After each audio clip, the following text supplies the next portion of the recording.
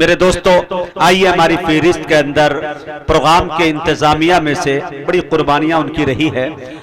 انہوں نے حضرت نے بتایا ہم سے کہ نوجوانوں سے کئی گنا زیادہ قربانی ہمارے بڑوں کی ہے کہ جن کے توسط سے، جن کے حوالے سے، جن کی قربانی رہی ہے کہ یہ پروگرام اتنی حسین راتیں ہم 2 رات کی سجا لیے۔ میرے دوستو، اللہ تعالیٰ ان تمام تر لوگوں کو سلامت رکھے۔ بڑے ادب کے ساتھ میں جناب حضرت مولانا جاوید اقبال صاحب ندوی سے گزارش کر رہا ہوں، حضرت تشریف لائے اور اپنی قیمتی باتوں سے ہم سامعین کو نوازیں۔ الحمد لله رب العالمين، والصلاة والسلام على سيد الأنبياء والمرسلين وعلى آله وصحبه أجمعين. أما بعد، فأعوذ بالله من الشيطان الرجيم. بسم الله الرحمن الرحيم. إنما يعمر مساجد الله من آمن بالله واليوم الآخر وأقام الصلاة وآتى الزكاة ولم يخش إلا الله فعسى أولئك أن يكونوا من المهتدين. وقال النبي صلى الله عليه وسلم: من بنى لله مسجدا بنى الله له بيتا في الجنة. وقال في موضع آخر: شر البقاء أسواقها وخير البقاء مساجدها. صدق الله العظيم وصدق رسوله النبي الكريم، ونحن على ذلك لمن الشاهدين والشاكرين، والحمد لله رب العالمین. مسجد تو بنا دی شب بھر میں ایما کی حرارت والوں نے. من اپنا پرانا پاپی تھا، برسوں میں نمازی بن نہ سکا. اور ایک شعر اس سے ہٹ کر میں کہتا ہوں کہ اپنے من میں ڈوب کر پا جا سراغ زندگی. اپنے من میں ڈوب کر پا جا سراغ زندگی. تو اگر میرا نہیں بنتا نہ بن، اپنا تو بن. حضرات علماء کرام، شورائے اعظام اور سامعین جلسہ اور پردہ میں بیٹھی ہوئی ہماری مائیں اور بہنیں، سب سے پہلے میں چند باتیں ہیں جو اس کو آپ کے سامنے رکھ دوں. مجاہد بھائی، عرض یہ کرنی ہے کہ کوئی شوق نہیں، کوئی جذبہ نہیں، لیکن دل کے اندر ایک تڑپ ہے. اور آپ یہ مانیے کہ اس دھرتی میں رہنے والا ہوں اور اس معاملے میں اتنا پیچھے ہوں کہ شاید میں بہت سارے جلسے ہمارے علاقے میں، ہمارے گاؤں میں ہوتے ہیں، اور آج میں شاید پہلی بار اس طرح سے بیٹھا ہوں. حالانکہ اس سے پہلے 3 شب کا جلسہ ہوا تھا، اس جلسے میں میں نے شرکت کی تھی، لیکن مجھے وقت ملا تھا. حضرت مولانا اسرار الحق صاحب نور اللہ مرقدہ کے بعد تو میں نے کہا تھا کہ اب ان کے بعد مجھے بیٹھنے کا اختیار نہیں ہے، اس لیے آپ اگر بیٹھانا بھی چاہیے گا تو میں نہیں بیٹھ سکتا. اس لیے کہ بڑوں کے بعد ان کے سامنے اور ان کے بعد بولنا میں بے ادبی سمجھتا ہوں. لیکن چونکہ جلسے کا جو مقصد ہے، میں نے ایک بات کل بھی کہی تھی اور آج بھی کہی ہے کہ علاج وہی ڈاکٹر کر سکتا ہے جس کو صحیح مرض معلوم ہو. اللہ اور اس کے رسول کی باتیں تو سب لوگ کریں گے، ثواب مل جائے گا سنانے میں، سننے میں، لیکن جب تک عمل نہیں کریں گے تو ہمارا سننا بیکار، ہمارا سنانا بیکار. اس لیے کہ عمل سے زندگی بنتی ہے جنت بھی جہنم بھی. کیا بات ہے. عمل سے زندگی بنتی ہے جنت بھی جہنم بھی. یہ خاک اپنی فطرت میں نہ نوری ہے نہ ناری. اس لیے جو لوگ بیٹھے ہیں دل جمی کے ساتھ باتوں کو سنیے. آپ ہی سے امید ہے اگر ایک شخص بھی باتوں کو سنے گا اور جس مقصد کے لیے جلسہ کیا گیا ہے، میں صحیح طور پہ یہ بات کہہ سکتا ہوں کہ ابھی ہم کامیاب نہیں ہوئے. جلسے کا عنوان اصلاح معاشرہ. ہم تو جلسہ اس کو سمجھتے ہیں کہ بھیڑ لگ جائے اور جتنی بھیڑ لگے وہ جلسہ اتنا کامیاب. کیا بات ہے. میں کہتا ہوں اگر اس ارادے سے کوئی مقرر تقریر کرتا ہے، کوئی نعت خواں شعر و شاعری کرتا ہے، اور اگر ہم اس جذبے سے سنتے ہیں تو کل قیامت کے دن خدا کو کیا جواب دیں گے. ہمیں اور آپ کو سمجھنا چاہیے کہ اللہ کے نبی جناب محمد رسول اللہ صلی اللہ علیہ وسلم نے فرمایا تھا 3 آدمی ایسے ہوں گے جو جہنم میں جائیں گے. اس میں ایک قاری قرآن ہوگا، ایک مجاہد ہوگا، ایک مالدار ہوگا جو اللہ کے راستے میں مال خرچ کرنے والا ہوگا، قرآن کی تلاوت کرنے والا، دین کی باتیں کرنے والا، اور جہنم میں جائے. اللہ کے راستے میں قربان جان کو قربان کرنے والا جہنم میں چلا جائے. اللہ کے نام پر پیسے لٹانے والے جہنم میں چلے جائے. بات سمجھ میں نہیں آتی ہے، لیکن حقیقت یہ ہے کہ دل کے اندر ارادہ صحیح نہیں تھا، نیت صحیح نہیں تھی. اس لیے قرآن بھی اسے بچا نہیں سکا، نعت رسول بھی اسے بچا نہیں سکے، دین کی باتیں بھی اسے بچا نہیں سکے. اس لیے میں بڑے درد کے ساتھ کچھ بات لے کر آیا ہوں، اور حضرت امیر شریعت مدث اللہ العلی حضرت مولانا محمد ولی رحمانی صاحب جو ہندوستان کے ہی نہیں بلکہ پوری دنیا کے لیے ایک عظیم نعمت ہے. حالات پر ان کی جتنی نظر ہے میں نہیں سمجھتا. بہت سارے علماء کرام ہیں لیکن اتنا ان سے آگے میں کسی کو نہیں سمجھ پاتا. حکومت کے ایک ایک منشے پر نظر ڈالتے پھر عوام کو متنبع کرتے.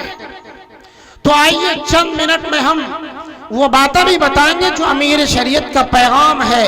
اور میں نے قرآن پاک کی آیت کریمہ تلاوت کی ہے. اللہ تبارک و تعالیٰ نے قرآن پاک میں فرمایا ہے انما یعمر مساجد اللہ. بے شک وہ لوگ جو مسجدوں کی تعمیر کرتے ہیں. من آمن باللہ، کون لوگ تعمیر کرتے جو اللہ پر ایمان لاتے اور آخرت پر ایمان لاتے. اور آگے کیا فرمایا وَأَقَامَ الصَّلَاةَ، وہ نماز بھی پڑھتے ہیں. اور کیا فرمایا وَآتَ الزَّكَاةَ، زکوٰۃ بھی ادا کرتے ہیں. وَلَمْ يَخْشَ إِلَّا اللَّهَ، اور اللہ کے سوا کسی سے ڈرتے نہیں ہے. یہ صفت جس کے اندر آ جائے، چونکہ تعمیر مسجد ہے اس لیے میں نے قرآن کی اس آیت کا انتخاب کیا ہے. میں ادھر ادھر نہیں جانا چاہتا. مسجد تو بنا دی شبھر میں ایمان کی حرارت والوں نے. قرآن کیا مطالبہ کر رہا ہے، اللہ کیا کہہ رہے ہیں. اللہ کے نبی جناب محمد رسول اللہ صلی اللہ علیہ وسلم ایسے وقت میں جبکہ آخری وقت ہے، جبریل امین جو روزانہ اکیلے آیا کرتے تھے آج اپنے ساتھی کے ساتھ آئے ہوئے ہیں. اسرائیل علیہ السلام کو لے کر آئے ہیں اور آ کر اجازت مانگتے ہیں. اے اللہ کے نبی جناب محمد الرسول اللہ صلی اللہ علیہ وسلم، میں آپ کے دربار میں آیا ہوں. اللہ نے بھیجا ہے، میرے ساتھ میرے ساتھی اسرائیل بھی ہے. اگر اجازت ہو، اللہ نے کہا تھا اجازت لے کر اندر جانا.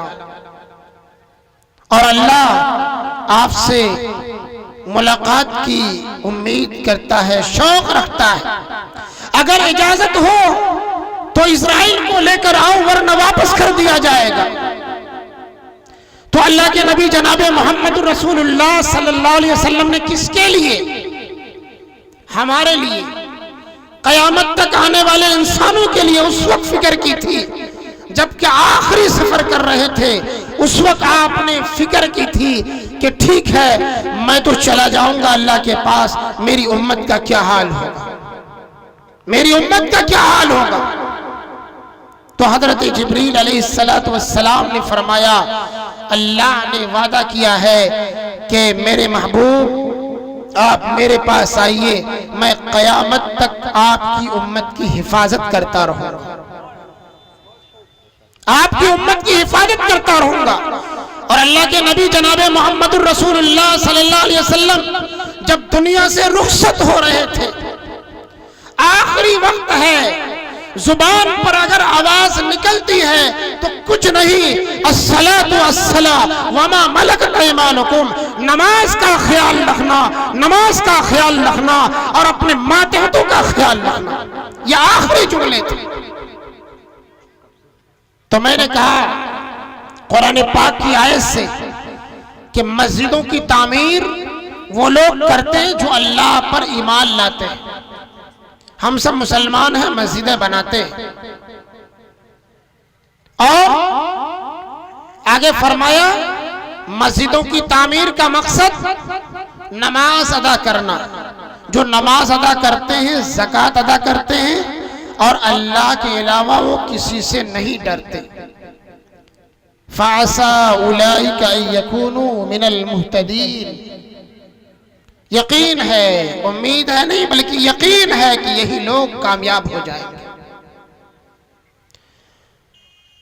اور اللہ کے نبی جناب محمد الرسول اللہ صلی اللہ علیہ وسلم نے ایک بہت بڑے پادری، یہودی کا سب سے بڑا عالم، اللہ کے نبی جناب محمد الرسول اللہ صلی اللہ علیہ وسلم کے پاس آتا ہے اور پوچھتا ہے، ذرا غور کیجئے گا، اپنے مذہب کا سب سے بڑا عالم، اور سوال اس سے جو اللہ کے بعد سب سے زیادہ علم رکھنے والے اللہ کے نبی جناب محمد الرسول اللہ صلی اللہ علیہ وسلم سے کیا سوال کر رہے ہیں؟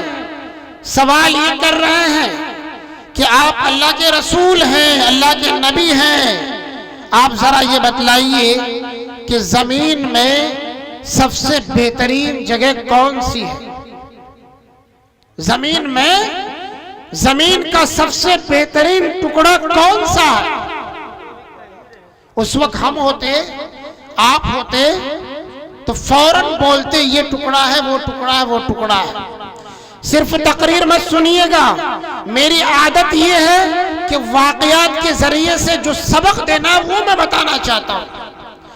آج اگر کسی سے کوئی مسئلہ پوچھا جائے، کوئی فتویٰ پوچھا جائے، اگر 10 آدمی بیٹھے ہو اس مجمع میں تو سب سے پہلے وہ بولے گا جس کو سب سے کم جانکاری ہے کہ نہیں؟ 4 آدمی کہیں پر بیٹھا ہو، آپ کسی سے مسئلہ پوچھئے، جس سے پوچھ رہے ہیں وہ ابھی سوچ ہی رہا ہے کیا بتاؤں گا، دوسرا فوراً بول دیتا ہے ہاں یہ تو ہم کو بھی پتا، یہ تو ایسا مسئلہ ہے۔ طریقہ سیکھیے، کس سے؟ اللہ کے نبی جناب محمد الرسول اللہ صلی اللہ علیہ وسلم سے۔ کوئی مسئلہ کوئی اگر کسی کو معلوم نہ ہو، وہ اگر یہ کہہ دے کہ مجھے نہیں معلوم ہے، وہ چھوٹا نہیں بن جاتا ہے۔ آئیے میں مدینہ پاک کا سیر کراتا ہوں، اللہ کے رسول صلی اللہ علیہ وسلم کا واقعہ اور سیرت بتاتا ہوں۔ اس یہودی نے آپ سے پوچھا کہ زمین میں سب سے بہترین جگہ کون سی ہے؟ تو اللہ کے نبی جناب محمد الرسول اللہ صلی اللہ علیہ وسلم نے فرمایا کہ مجھے نہیں معلوم ہے، میرے پاس جبریل امین تشریف لاتے ہیں اور بار بار آتے ہیں۔ 24,000 مرتبہ حضرت جبریل امین اللہ کے نبی جناب محمد الرسول اللہ صلی اللہ علیہ وسلم کے پاس آئے، وہ بار بار آتے ہیں، میں ان سے پوچھ لوں گا، ان کو معلوم ہوگا وہ بتا دیں گے، اس کے بعد میں آپ کو بتا دوں گا۔ حضرت جبریل امین آتے ہیں، آنے کے بعد حضرت جبریل امین سے اللہ کے رسول صلی اللہ علیہ وسلم کہتے ہیں، پوچھتے ہیں کہ آپ تو اللہ کے پاس سے آتے ہیں جاتے ہیں، پیغامات لے کر آتے ہیں، وحی لے کر آتے ہیں، ذرا یہ بتائیے، مجھ سے ایک یہودی نے سوال کیا ہے کہ اس زمین کا سب سے بہترین ٹکڑا کون سا؟ تو حضرت جبریل علیہ السلام نے کہا کہ پوچھنے والا جس سے پوچھا جا رہا ہے اس سے زیادہ جانتا ہے، یعنی آپ مجھ سے زیادہ جانتے ہیں، جب آپ کو نہیں معلوم ہو تو مجھے بھی نہیں معلوم ہے، میں اللہ کے پاس جاتا ہوں، پوچھ کر آتا ہوں۔ حضرت جبریل علیہ السلام اللہ کے پاس جاتے ہیں، واقعات میں لکھا ہے، حدیثوں کے اندر لکھا ہے کہ اس دن اللہ کے دربار میں حضرت جبریل علیہ السلام اتنے قریب چلے گئے، اتنے قریب چلے گئے، اس سے پہلے کبھی اور نہیں گئے تھے، صرف 70,000 نورانی پردے درمیان میں حائل تھے۔ کیوں گئے تھے؟ بھیجنے والا کون تھا؟ روزانہ جاتے تھے، اپنے حساب سے آتے تھے، لیکن آج اللہ کے نبی جناب محمد رسول اللہ صلی اللہ علیہ وسلم بھیج رہے ہیں، استقبال ہو رہا ہے۔ بہرحال واقعہ لمبا نہیں کروں گا، اللہ نے خود فرمایا، حضرت جبریل علیہ السلام کو بتایا، حضرت جبریل علیہ السلام آپ صلی اللہ علیہ وسلم کے پاس آئے اور آپ کو بتلایا، کیا بتلایا؟ سوال کیا تھا؟ پوچھا کیا گیا تھا کہ زمین میں سب سے بہترین ٹکڑا کون سا، سب سے اچھی جگہ کون سی ہے؟ تو ادھر سے جواب کیا آیا؟ جواب یہ آیا، پہلا جواب یہ کہ سب سے بری جگہ زمین میں بازار ہے، شر البقاء اسواقھا، سب سے بری جگہ بازار ہے، اور وہ خیر البقاء مساجدھا، اور سب سے بہترین جگہ وہ مسجدیں ہیں۔ میں اب آپ سے یہاں سے آپ کو جو بات بتانا چاہتا ہوں اس واقعہ کے ذریعے سے، کہ سب سے بہترین جگہ مسجد اور سب سے بری جگہ بازار۔ آج مسجدوں کی حالت دیکھیے اور بازار کی حالت دیکھیے، مسجدوں میں لائٹ نہیں، بتی نہیں، چٹائی نہیں، مصلے نہیں، لیکن بازاروں میں، مارکیٹوں میں ساری سہولیات موجود ہیں۔ اچھی کون سی لگتی ہے؟ جو سب سے بری جگہ تھی اس کو ہم نے اچھا بنا لیا، دکانوں میں ٹائلز لگ گئے، ماربل لگ گئے، شیشے لگ گئے، الماریاں آ گئی، ساری ضرورتیں مہیا ہو گئی، لیکن جو سب سے بہترین جگہ ہے وہاں پر ساری چیزوں کی کمی موجود ہے۔ ایک انسان اپنا دکان کرتا، اپنے بلبوتے پہ کرتا ہے، اپنی کمائی سے کرتا ہے، دکان کو جگمگا دیتا ہے، چمکا دیتا ہے، لیکن پورے علاقے والے اپنی مسجد کو چمکا نہیں سکتے، آباد نہیں کر سکتے۔ لیکن اس کے باوجود پھر بھی میں شکر ادا کرتا ہوں آج کے دور میں کہ ہماری جو مسجدیں ہیں، خاص طور سے اس علاقے کی، ہمارے گھروں سے ہماری مسجدیں اچھی ہیں، ہماری مسجدیں مضبوط ہیں، ہماری مسجدیں ہمارے گھروں سے زیادہ بہتر ہیں۔ لیکن میرے بھائیوں، میں آپ کو کہنا چاہتا ہوں کہ مسجدوں کو تو تعمیر کر دیا، فضائل تو علماء سے سن لیا کہ جس نے مسجد بنایا ایک اینٹ بھی دے دیا، 1 روپیہ بھی لگا دیا، جنت میں اس کا گھر بن گیا، لیکن چابی کہاں ہے؟ چابی کہاں؟ میں علماء کی موجودگی میں یہ بات کہہ رہا ہوں کہ مسجد بنا دیجئے، جنت میں گھر بن گیا، لیکن جنت کا دروازہ کیسے کھلے گا؟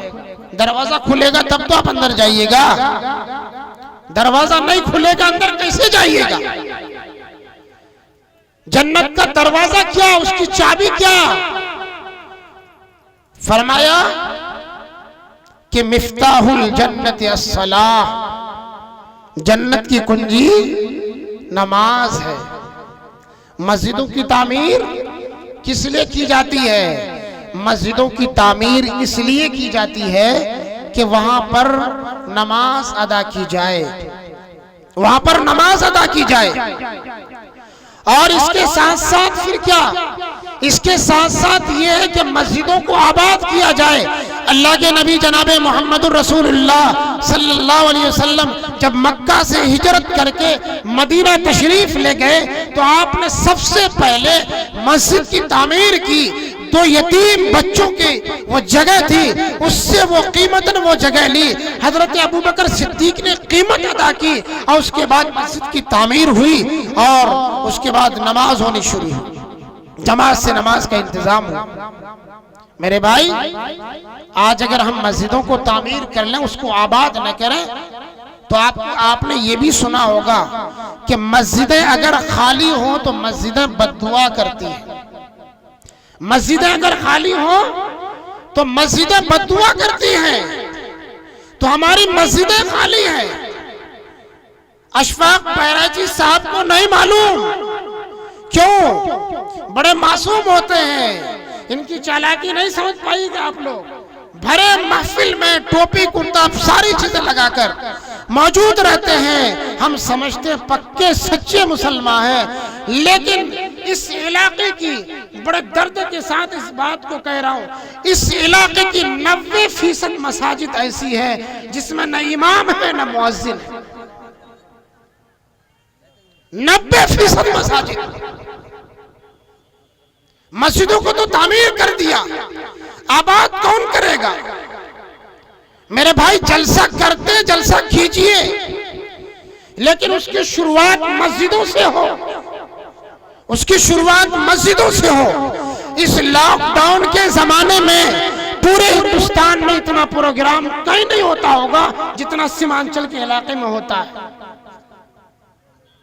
میں یہ نہیں کہتا کہ آپ پروگرام مت کیجئے، شورا کو مت بلائیے، علماء کو مت بلائیے، لیکن میں اس لیے یہ بات کہہ رہا ہوں کہ ہمارے جو مہمان دور سے آتے ہیں، وہ آتے ہیں اپنا وقت جو ان کو خدمت کرنے کا موقع ملتا ہے، اللہ اور اس کے رسول کی بات بتا کر چلے جاتے ہیں، لیکن ہم جہاں کے وہیں رہ جاتے ہیں۔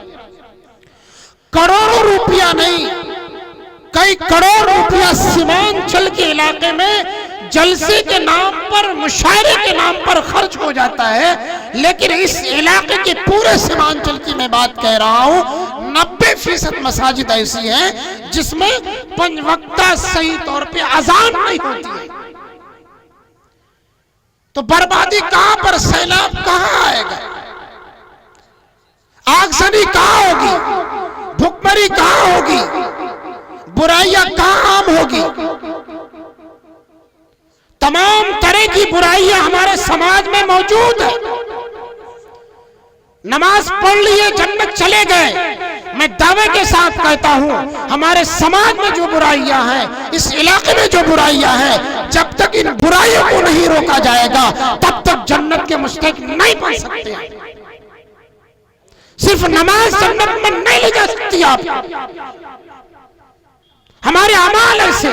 اللہ کے نبی جناب محمد الرسول اللہ صلی اللہ علیہ وسلم کی حدیث آپ نے نہیں سنی، کیونکہ ان موضوعات کو ہمارے علماء بھی نہیں اٹھاتے ہیں۔ فرمایا کہ وہ شخص جنت میں داخل نہیں ہو سکتا جو چغلی کرتا ہو، جس کے دل کے اندر ذرہ برابر بھی کینہ ہو، بغض و حسد ہو، کبر ہو، وہ جنت میں نہیں داخل ہو سکتا۔ یہ کون کہہ رہے ہیں؟ اللہ کے نبی جناب محمد رسول اللہ صلی اللہ علیہ وسلم کہہ رہے ہیں۔ کیا ہمارے سماج میں یہ برائی نہیں ہے؟ اللہ کے نبی جناب محمد رسول اللہ صلی اللہ علیہ وسلم نے فرمایا کہ جو 2 رشتوں کو جوڑتا ہے، صلح کراتا ہے، جنت میں میں اپنے ساتھ لے جانے کی گارنٹی لیتا ہوں، لیکن جو لوگ رشتوں کو توڑتے ہیں وہ جہنمی ہیں۔ آپ نے سنا کہ نہیں؟ علاقہ ایسا ہے مجاہد بھائی، میں دعوے کے ساتھ کہہ سکتا ہوں کہ توڑنے والے اگر 2-3 ہیں،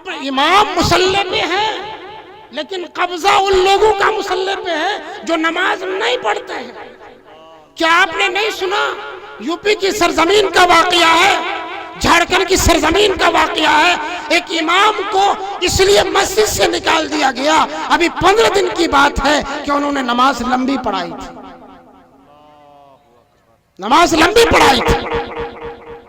تو آپ کا حکم اگر مسجدوں میں بھی چلے، ہم کو کہیے گا مولوی صاحب پنچایتی کرا دیجئے، ہم کو کہیے گا مولوی صاحب ایک اسکول ہے اس کی ذمہ داری ادا کر لیجیے، تو کہیے گا ہم مولوی صاحب کیا اسکول چلائے گا، اس کے لیے تو پرنسپل چاہیے نا، ماسٹر صاحب چاہیے نا، مولوی صاحب کو کیا آتا ہے؟ تو مدرسہ مسجد آپ کیسے چلا لیجئے گا؟ مدرسے مسجد کے نظام کیسے آپ چلا لیجئے گا؟ تو میرے بھائی بہت ساری باتیں ہیں جو جس لائن کے جو کام ہیں اس حساب سے آپ کیجئے گا نا تو یقین جانیے کامیاب ہوتے جائیے گا۔ آئیے میں جس پیغام کو لے کر آیا ہوں حضرت امیر شریعت کا، امارت شریعہ پورے ملک میں اس کی ایک شان ہے، ہر موقع پر امت مسلمہ کی انہوں نے رہنمائی کی ہے۔ ہمیں آپ کو نہیں پتا، ابھی حکومت کے طرف سے جو حکومت سامنے موجود ہے جانتے ہیں سب لوگ، اس حکومت نے ایک پالیسی بنائی ہے، تعلیمی پالیسی، تعلیمی نظام بنایا، تعلیمی سسٹم بنایا۔ سب سے افسوس کی بات یہ ہے کہ اس نظام تعلیم میں اردو کو غائب کر دیا گیا ہے۔ کتنا دن تک آپ اردو پڑھیے گا؟ اس نظام تعلیم میں اردو نہیں ہے، سرکاری رجسٹر سے اردو کو نکال دیا گیا ہے۔ آپ کو معلوم تھا؟ نہیں معلوم ہوگا، کچھ لوگوں کو معلوم ہوگا۔ اردو مسلمانوں کی زبان نہیں، ہندوستان کی زبان ہے، لیکن مسلمانوں کو اس سے زیادہ محبت اس لیے ہے کہ ہم اردو سمجھتے ہیں، شریعت کا اکثر حصہ ہمیں اردو سے سمجھ میں آتا ہے، اس لیے اردو کی حفاظت ہمارے لیے ضروری ہے۔ اردو اس رجسٹر سے غائب ہے، اسکول میں اردو کی تعلیم نہیں ہوگی، جو نئی تعلیمی پالیسی آ رہی ہے۔ اور آپ کو بتاؤں اس نئی تعلیمی پالیسی میں کیا ہے؟ اس نئی تعلیمی پالیسی میں یہ ہے کہ ہندوستان کے ہر بچے کو، غور سے سنیے گا مجاہد بھائی، آپ اس کو تشریح کرتے چلے جائیے گا، اللہ نے آپ کو جو صلاحیت دی ہے اور الحمدللہ آپ اس کام کو کرتے ہیں، دونوں طرف آپ کام کرتے ہیں، اللہ اسی طرح سے قائم و دائم رکھے۔ حکومت نے جو نظام تعلیم بنایا ہے، 3 سال کے بچے کو اسکول جانا لازمی ہے، 3 سال کے بچے کو اسکول جانا لازم ہے۔ اب اس کے بعد 18 سال تک اسکول اس کو جانا ہوگا۔ جب اسکول کا ٹائم ہوگا تو ظاہر سی بات ہے اسکول کی سرٹیفکیٹ بھی ضروری ہے۔ سب سے عمدہ سرٹیفکیٹ جو ابھی مانا جا رہا ہے، NRC میں ہو دیگر چیزوں میں ہو، وہ تعلیمی سرٹیفکیٹ ہے، اسکول کی سرٹیفکیٹ ہے۔ اگر اسکول میں آپ نہیں پڑھتے ہیں، حکومت کا سرٹیفکیٹ اگر آپ کے پاس نہیں ہے تو ہم کیا ہیں؟ ہم جاہل ہیں۔ میرے پاس اسکول کا کوئی بھی سرٹیفکیٹ نہیں ہے، میں مکتب میں اسی مکتب میں پڑھا، یہاں سے غازی پور کی سرزمین پر گیا، 10 سال وہاں گزارا، اور وہاں سے اٹھ کر 2 سال کے لیے ندوے گیا، پھر وہاں سے خدمت کرنے کا جہاں اللہ نے موقع دیا، 10 سال سے وہیں پر خدمت کر رہا ہوں۔ علاقے کا درد ہے، بس آتا ہوں کڑھک کے رہ جاتا ہوں، علماء کو جوڑنے کی کوشش کرتا ہوں۔ اپنے بڑوں سے میں ادباً ہمیشہ درخواست کرتا ہوں کہ آئیے علاقے میں کچھ کام کیجیے۔ میں یہ کہہ رہا تھا ہر بچے کو جب اسکول جانا ہوگا تو مدرسے کا ٹائم تو ختم ہو گیا، مکتب کا ٹائم تو ختم ہو گیا، تو دھیرے دھیرے مدارس بھی بند ہوتے جائیں گے، اور ہو بھی رہے۔ آسام سے جو بات نکلتی ہے، وہاں سے جو بل پاس ہوتا ہے، پورے ہندوستان میں وہ نافذ ہوتا جا رہا ہے۔ NRC وہی سے چلاتا نا، سرکاری مدارس کو بند کر دیا گیا ہے۔ اس کی دیکھا دیکھی یوپی میں کئی مہینوں سے تنخواہ روک دیا گیا ہے. بمبئی کی سرزمین پر اور دیگر صوبے میں یہ بات چل رہی ہے جو سرکاری مدارس ہیں اس کو بند کر دیا جائے. اب بہار کی باری ہے اور آپ کو بتاؤں پہلے سرکار نے لالچ دے کر بڑے بڑے علماء کو سرکاری اداروں میں بلایا کہ آپ کو اچھی تنخواہ دیں گے. کیوں؟ یہ مسلمان ناچ گانے کی محفل میں بیاہ شادی میں فضول خرچی تو کر سکتا ہے، قرآن کی تعلیم کے لیے، اللہ کے رسول صلی اللہ علیہ وسلم کی احادیث پڑھانے کے لیے، دین کی تعلیم کے لیے ان کے پاس پیسے نہیں ہیں. تو ضروریات سب کی ہیں. جو بڑے بڑے باصلاحیت علماء تھے مکتبوں کو چھوڑ کر، پرائیویٹ مدرسوں کو چھوڑ کر وہ سرکاری اسکولوں میں چلے گئے. اب سرکار کہہ رہی ہے کہ اب سارے بڑے ہمارے پاس آ گئے، اب ان کو بند کر دو تاکہ علماء ایسی برباد ہوتے جائے. جب قوم کو صحیح رہبر نہ ملے تو ظاہر سی بات ہے ہماری اصلاح کون کرے گا. تو اس لیے حضرت امیر شریعت حضرت مولانا محمد ولی رحمانی صاحب مدث اللہ العالی نے یہ اعلان کیا ہے اور مدرسہ قائم کرنا اور عالم اور حافظ اور مفتی بنانا یہ مستحب ہے. علماء کی موجودگی میں، مفتیان کرام کی موجودگی میں بات کہہ رہا ہوں. حالانکہ یہ بات ان لوگوں کو کرنی چاہیے، لیکن میں بڑوں کے بیچ میں اگر گستاخی ہو تو معاف، لیکن میں یہ کہتا ہوں کہ عالم بنانا یہ فرض کفایہ ہے. ایک بستی میں، ایک علاقے میں اگر ایک عالم ہو جائے تو سب کے طرف سے فرض ادا ہو جاتا ہے. لیکن مکتب کی تعلیم، بنیادی تعلیم، دین اسلام کی تعلیم یہ فرائض میں سے ہے، واجبات میں سے ہے، ضروریات میں سے ہے. تو مدرسے کی تعلیم ضروری ہے کہ مکتب کی تعلیم ضروری ہے؟ مکتب کی تعلیم جس سے ایمان بچا رہے، ایمان سلامت رہے. اور آخری بات جو علماء نے اس تعلیمی پالیسی کو پڑھ کر نچوڑ بتایا ہے، میں نے 2-3 مرتبہ جا رہا تھا اس کو وہاں پر بیان کیا. فرماتے ہیں جو ہمارے بڑے وہ کہتے ہیں ویسے تو اس کے اندر مسلمانوں کے تعلق سے کچھ نظر نہیں آتا ہے کہ کچھ گڑبڑی ہے، لیکن انہوں نے کہا ہے جیسے اس مکتب اس اسکول میں وہ جائیں گے اور پڑھتے جائیں گے اور جب آخر میں وہ ڈگری لیں گے، اب اسکول چھوڑیں گے تو بظاہر ان کے سر کے اوپر ٹوپیاں بھی ہوں گی، داڑھی بھی ہوں گے، کرتے پاجامے بھی ہوں گے، لیکن وہ زندیق اور ملحد بن چکے ہوں گے. ایمان ان کے دل کے اندر سے نکل چکا ہوگا. ایسی تعلیم دی جائے گی، ایسی ذہن سازی کی جائے گی ان کی. اس لیے میں بڑے ہی ادب و احترام کے ساتھ میں یہ درخواست کرنا چاہتا ہوں نوجوانوں سے، خاص طور سے ایک جلسے میں جلسہ کیجئے. ایک جلسے میں مجاہد بھائی، اس جلسے میں جو اخراجات ہوئے ہوں گے میں اندازاً کہہ سکتا ہوں 4 لاکھ 5 لاکھ روپے تو ہوئے ہوں گے. وہ کیوں بتاؤں میں آپ کو؟ کم از کم 1-1.5 لاکھ کا تو صرف گائے ذبح ہو گیا ہوگا. زبردستی کی مہمان نوازی ہر گھر میں مہمان بھرے ہوئے ہیں. جلسے کے نام پر آئے تھے. اگر جلسہ نہیں کرتے مہمان نہیں آتے. اگر کسی کا رشتہ دار بیماری سے تڑپ جائے تو لوگ عیادت کے لیے نہیں جاتے ہیں. کیوں؟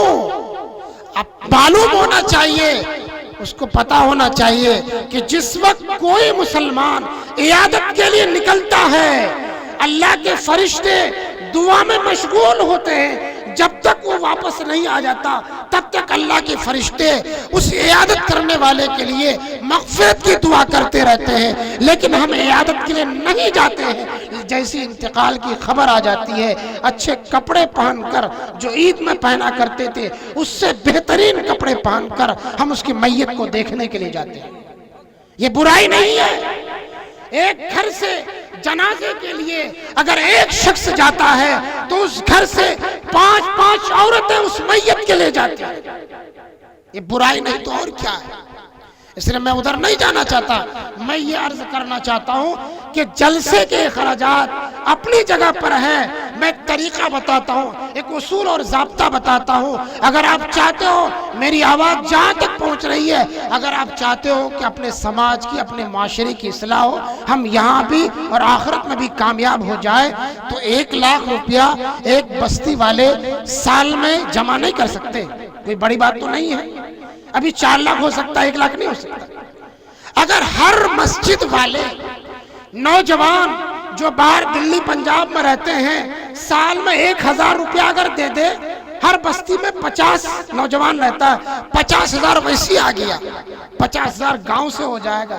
1 لاکھ روپیہ سالانہ اگر گاؤں کے لوگ, گاؤں کے نوجوان انتظام کر لے تو ظاہر سی بات ہے ایک باصلاحیت امام ہماری مسجدوں میں ہو سکتے ہیں کہ نہیں. 8-10 ہزار روپے ان کو تنخواہ دے سکتے ہیں کہ نہیں. جمعہ کے جو بیانات ہوتے ہیں اس سے عمدہ بیان کچھ نہیں ہو سکتا. ہم ابھی بیان کر رہے ہیں, شاید میرے پاس وضو نہ ہو, ہمارے منہ بھی اللہ اور اس کے رسول کی باتیں کر رہے ہیں, لیکن صاحب جو صفائی ہونی چاہیے وہ صفائی نہ ہو. اور عوام کا تو نہ معلوم کہ کتنے لوگ پانی لیے, استنجا لیے کہ نہیں لیے ہیں, جلسہ سن رہے ہیں. لیکن مسجد میں جب نماز کے لیے جاتے ہیں باوضو جاتے ہیں, باوضو جاتے ہیں. اس وقت جو بات انسان پاکی کی حالت میں کہتا ہے وہ بات دل پر اثر انداز ہوتی ہے, کامیابی وہاں سے ملتی ہے. اگر 10 منٹ 15 منٹ روزانہ ہر جمعے کو مختلف موضوعات پر بات ہو جائے تو ظاہر سی بات ہے معاشرے کی اصلاح ہوگی کہ نہیں ہوگی, ہوگی کہ نہیں ہوگی. تو اس طرف کون دھیان دے گا؟ جب تک اس کام کو نہیں کیجئے گا میرے بھائی تو یہ سب دھوکہ ہے, دھوکہ ہے. میں کہہ رہا تھا مجاہد بھائی کو اور اشفاق بھائی کو شاید علاقے کی یہ خبر نہ ہو, میں اس لیے میں بٹھایا ان کو, اور یہ اس وقت سے لے کر اب تک مہربانی سے بھوکے پیسے بیٹھے. کس لیے بیٹھے ہیں؟ وہ درد کو سمجھ رہے تھے. اللہ ان کے بیٹھنے کو قبول کرے اور اس جلسے کے ساتھ ساتھ ہم سب کو بھی کامیاب کرے. تو اس لیے میرے بھائی ارادہ کیجیے, عزم و حوصلہ کیجیے. صرف نعرے تکبیر اور اس چیز سے نہیں, جب تک ہم آگے نہیں بڑھیں گے تب تک ہم کوئی کام نہیں کر سکتے ہیں. بہت ساری باتیں ہو گئی ہیں, بہت ساری باتیں ہیں. آتا ہوں 15 دن کے لیے آتا ہوں, ایک جمعہ یہاں پڑھنے کا موقع ملتا ہے, لیکن آج تک کسی مسجد میں بیان نہیں کر سکا ہوں. کیوں؟ لوگوں کو تڑپ نہیں ہے. اور میں ویسا شخص ہوں کہ میں اپنے سے کوئی کام نہیں کر سکتا. جب تک طلب نہ ہو تو میں نہیں کر سکتا, نہیں کر سکتا. کیا بتاؤں اپنے علاقے کی حقیقت, لیکن حقیقت ہے نہیں بتاؤں گا. اللہ پوچھے گا جاوید تم کو معلوم تھا, تم نے عوام کو بتایا کیوں نہیں تھا؟ بتا کر اپنی بات مکمل کر لیتے. میرے بھائی میں سب سے کہتا ہوں ہمارے جو بڑے ہیں اپنے چھوٹوں کو آگے بڑھائیں, جو چھوٹے ہیں بڑوں کو ادب و احترام کرنا سیکھ جائیں, ہمارے علماء کے ادب و احترام کرنا سیکھ جائیں. اللہ کے نبی جناب محمد رسول اللہ صلی اللہ علیہ وسلم کے پاس ایک دیہاتی آتا ہے جو کچھ نہیں جانتا, آ کر کہتا یا محمد اخرج, اخرج یا محمد, بلند آواز سے کہتا ہے. نہیں پتا اس کو کہ اللہ کے نبی کون ہے.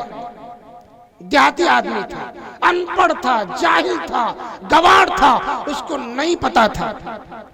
قرآن کی آیت نازل ہوتی ہے یا ایھا الذین آمنوا لا ترفعوا اصوات النبی فوق صوت النبی. اے مومنو نبی کی آواز سے اپنی آواز بلند مت کیا کرو, نبی کی آواز سے اپنی آواز بلند مت کیا کرو. فرمایا اس دیہاتی نے کیا کہا, اس طرح سے کہا اخرج یا محمد, محمد باہر آئیے, باہر آئیے. اللہ کے نبی جناب محمد رسول اللہ صلی اللہ علیہ وسلم کو دیکھیے, ایک ایک امت کی فکر ہے.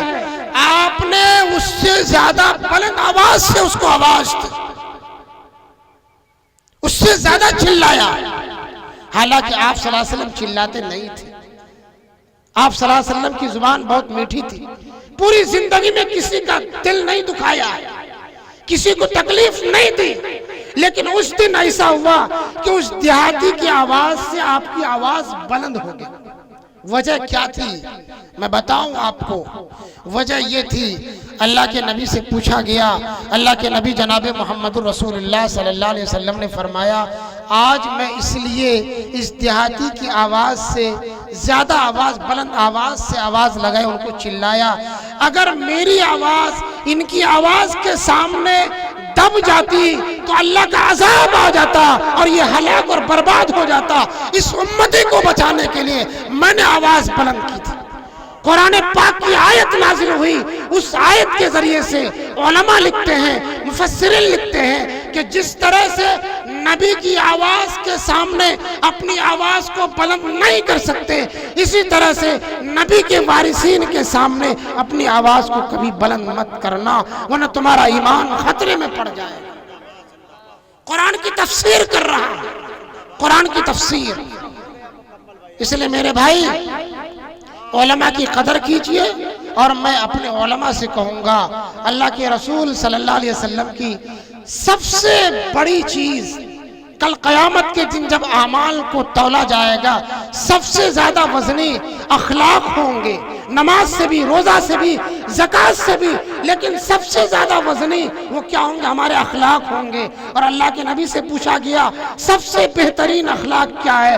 فرمایا معاف کرنا. فرمایا معاف کرنا. اگر ہم سے کہیں کمی ہو جائے، کوتاہی ہو جائے، آپ معاف کیجئے. جو معاف کرے گا، اللہ تبارک و تعالیٰ نے وعدہ کیا ہے، تم جب بہت سارے گناہ لے کر میرے پاس آؤ گے نا، میں تم کو معاف کر دوں گا. میں تم کو معاف کر دوں گا. تو میرے بھائی یہ کچھ چند باتیں تھی جو افراتفری کے ماحول میں اور اس جلسہ کرانے میں، اس لیے کہ جس جلسے سے اختلاف ہو اس کا رشتہ مسجد زرار سے ملتا ہے، جو منافقین نے تعمیر کی تھی. دین کے نام پر تعمیر نہیں کی، بلکہ دین کو توڑنے کے لیے، تفریق پیدا کرنے کے لیے کی.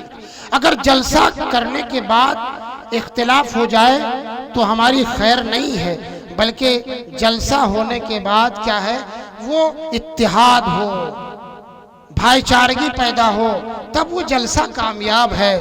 اور میں کل سے آ کر یہی کوشش کر رہا ہوں، اپنے چھوٹے بڑے سب سے یہ درخواست کر رہا ہوں کہ جو ہو گیا ہو گیا، اب ایک ہو جائیے، نیک ہو جائیے اور اللہ کے حضور اپنے ہاتھوں کو پھیلائیے.